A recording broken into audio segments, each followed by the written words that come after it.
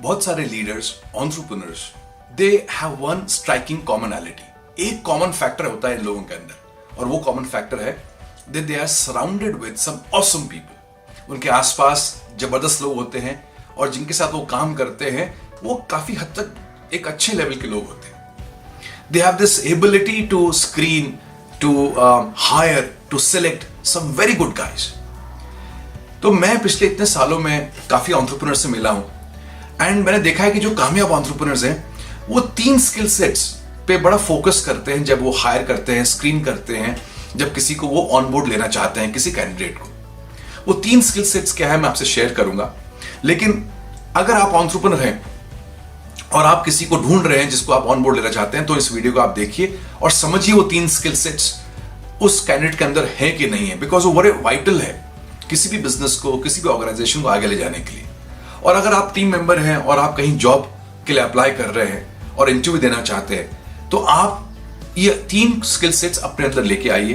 Because if you have these 3 qualities in you, I am sure कोई अच्छा leader, कोई अच्छा कामयाब एंटरप्रेन्योर इन्हीं 3 स्किल सेट्स को ढूंढ रहा है। तो आगे बढ़ने से पहले हल्का सा एक ध्यान देते हैं कि ये सॉफ्ट स्किल्स और हार्ड स्किल्स होते क्या है। तो soft skills are in relation to a person's attitude, उसका एटीट्यूड, उसका बिहेवियर, उसका लोगों के संदर्भ में उसका बिहेवियर कैसा होता है। So they it's more of the soft skill side. The hard skill is where the person has the technical ability. तो टेक्निकल साइड में उसका चाहे वो आईटी स्किल्स हो, कंप्यूटिंग स्किल्स हो, अकाउंटिंग स्किल्स हो, या फिर राइटिंग हो, लैंग्वेज स्किल्स हो, तो ये हार्ड स्किल्स हम बोलते हैं इनको। सॉफ्ट स्किल्स जो है they are difficult to acquire, they are difficult to teach and even more difficult to measure. जो हार्ड स्किल्स होते हैं they also are a bit difficult to acquire but not difficult to teach and not difficult to measure. ये दोनों में हल्का सा फर्क है।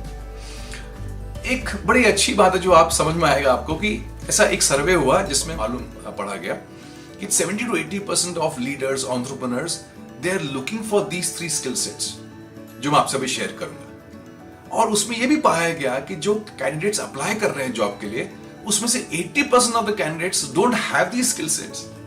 तो 80% लोगों को चाहिए और 80% लोगों के पास नहीं है। ये सिचुएशन है आज की। तो बड़ा जरूरी है कि हम समझें कि as leaders are we able to scan and screen people with these 3 skill sets, and as people who are appearing for interviews do we have those 3 skill sets. तो पहला स्किल सेट क्या है जो लीडर्स देखते हैं? Does the candidate, the applicant has the ability to learn? Does he have the willingness to learn?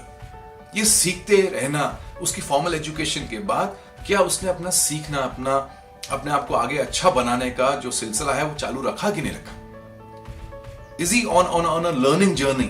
या फिर उसकी लर्निंग जर्नी कॉलेज के बाद खत्म हो गई? तो बड़ा आपने अच्छे क्वेश्चंस पूछने हैं while interviewing, where you will get clarity about whether the person has invested his time and money on becoming better or not. और was he just relying on the company कि उसकी कंपनी ने उसको train किया, या उसने खुद से अपने पैसे से, अपने सैलरी से उसने कुछ इन्वेस्टमेंट किया अपने ऊपर। एक्सेंचर एक कंपनी है जिसने पिछले 18 महीनों में कम से कम 2 लाख लोगों को हायर किया, और उनकी एक बहुत अच्छी क्वालिटी जो वो स्क्रीन करते हैं, बहुत अच्छी वैल्यू है इनकी, कि जब वो इंटरव्यू लेते हैं एक्सेंचर में, तो वो सबसे पहले देखते हैं कि does the candidate have the willingness to learn और नॉट। क्योंकि उन्होंने अपने ऑर्गेनाइजेशन में आर्टिफिशियल इंटेलिजेंस के माध्यम से setup a system, a mechanism, जहां पर उनको एआई बताता है कि कौन से टीम मेंबर्स हैं जिनको अभी रीस्किल करना पड़ेगा, keeping in mind the market requirement. जो मार्केट की नीड है उसके हिसाब से अभी जो टीम है उसमें से किस सेक्शन को, कितने लोगों को अभी रीस्किल करना पड़ेगा। तो बड़ा इन्वेस्टमेंट किया है कंपनी ने।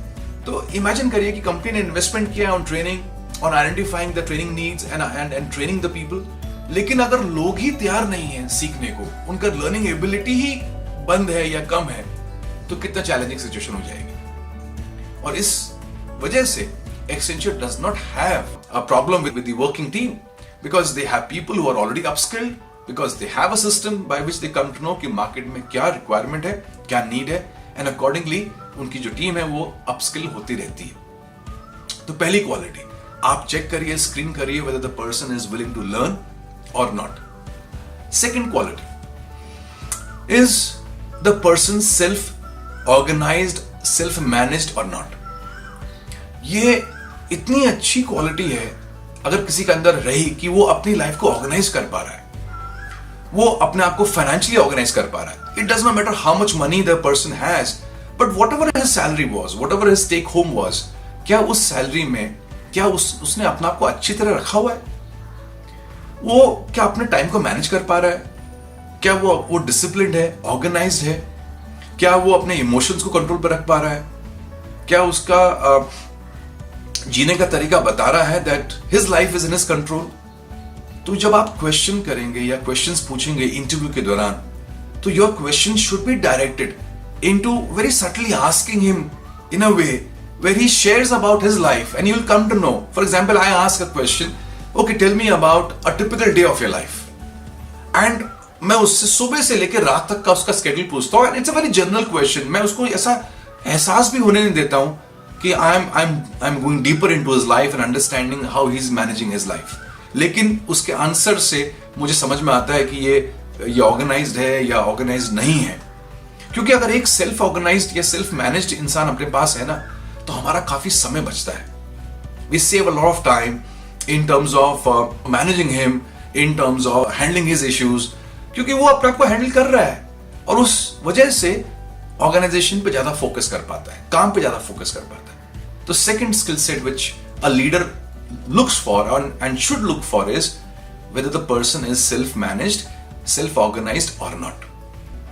तीसरा जो एक लीडर देखता है स्किल सेट, वो है कि क्या कैंडिडेट के अंदर टीम वर्किंग स्किल्स हैं कि नहीं. बिकॉज काम तो टीम के साथ करना है, काम तो टीम के साथ मिलके करना है.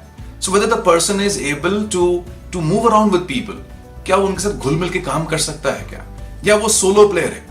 एक्सपर्टीज कितनी भी होने दो, एक्सपीरियंस कितना भी होने दो, लेकिन क्या वो टीम के साथ एक कॉन्ट्रीब्यूटरी टीम मेंबर के माफिक काम कर सकता है क्या. और is he a person who is egoistic, is he a person जिसको संभालना पड़ता है, इज ही अ पर्सन जिसके जो एजी है, एजी मतलब कि वो टीम में होता है तो 2-3 लोगों को खरोच लग जाती है या उसको लग जाती है, या उसका मूड ऑफ हो जाता है, या फिर वो लोगों का मूड ऑफ कर देता है. तो टीम में ऐसे लोग चाहिए जो खुद मैनेज्ड हो, खुद ऑर्गेनाइज्ड हो और जो लोगों के साथ मिलकर अच्छा काम कर पाए, तभी तो ऑर्गेनाइजेशन आगे बढ़ता है.